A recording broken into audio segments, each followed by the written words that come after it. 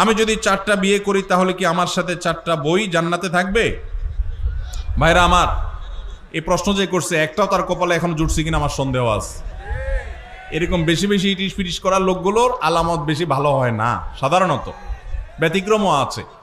তো যাই হোক ভাই, আপনি নিজের জান্নাতের চিন্তা চাইতে 4 বউয়ের জান্নাত নিয়ে চিন্তায় আছেন। মানুষ কত রকমেরই থাকে মাশাআল্লাহ।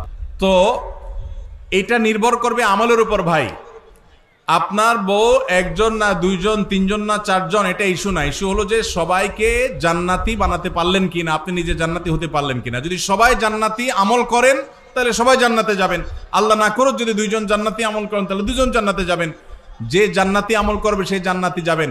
আপনি নেককার মানুষ ছিলেন, আপনার বউ 4টা হলো 4টাই একেবারে বাই ডিফল্ট ফ্যামিলি মেম্বার হিসাবে অটো পাস পেয়ে যাবে। দুনিয়াতে অটো পাস আছে, আল্লাহর কাছে অটো পাস বলতে কিচ্ছু। যার যার আমল করেই তাকে পার হইতে, দুনিয়াতে মামু খালুগিরি চলে, আখিরাতে আল্লাহর